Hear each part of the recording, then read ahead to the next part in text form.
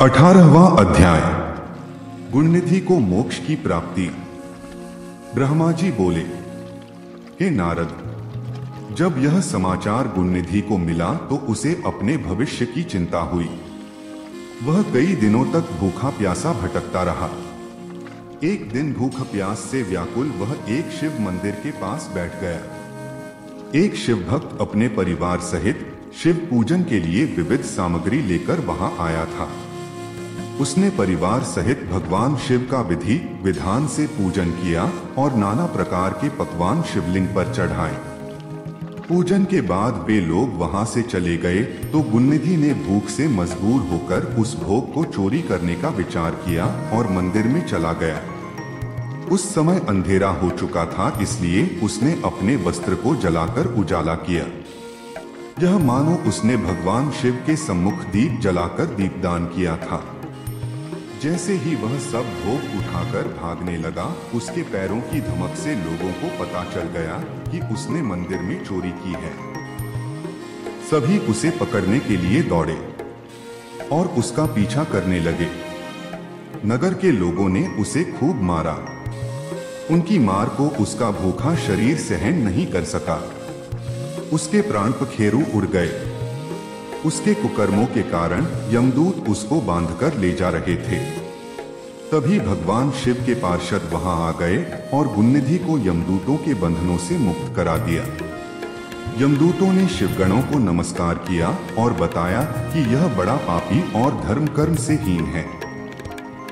यह अपने पिता का भी शत्रु है। इसने शिवजी के भोग की भी चोरी की है। इसने बहुत पाप किए हैं, इसलिए यह यमलोक का अधिकारी है। इसे हमारे साथ जाने दें ताकि विभिन्न नरकों को यह भोग सके। तब शिव गणों ने उत्तर दिया कि निश्चय ही गुणनिधि ने बहुत से पाप कर्म किए हैं, परंतु इसने कुछ पुण्य कर्म भी किए हैं, जो संख्या में कम होने पर भी पाप कर्मों को नष्ट करने वाले हैं। इसने रात्रि में अपने वस्त्र को फाड़कर शिवलिंग के समक्ष दीपक में बत्ती डालकर उसे जलाया और दीपदान किया। इसने अपने पिता के श्रीमुख से एवं मंदिर के बाहर बैठकर शिव गुणों को सुना है और ऐसे ही और भी अनेक धर्म कर्म इसने किए हैं। इतने दिनों तक भूखा रहकर इसने व्रत किया और शिव दर्शन तथा शिव पूजन भी अनेकों बार किया है। इसलिए यह हमारे साथ शिवलोक को जाएगा, वहां कुछ दिनों तक निवास करेगा। जब इसके संपूर्ण पापों का नाश हो जाएगा तो भगवान शिव की कृपा से यह कलिंग देश का राजा बनेगा। अतः यमदूतों, तुम अपने लोक को लौट जाओ। यह सुनकर यमदूत यमलोक को चले गए। उन्होंने यमराज को इस विषय में सूचना दे दी और यमराज ने इसको प्रसन्नतापूर्वक स्वीकार कर लिया। तत्पश्चात गुणनिधि नामक ब्राह्मण को लेकर शिवगण शिवलोक को चल दिए। कैलाश पर भगवान शिव और देवी उमा विराजमान थे। उसे उनके सामने लाया गया। गुणनिधि ने भगवान शिव उमा की चरण वंदना की और उनकी स्तुति की। उसने महादेव से अपने किए कर्मों के बारे में क्षमा याचना की। भगवान ने उसे क्षमा प्रदान कर दी।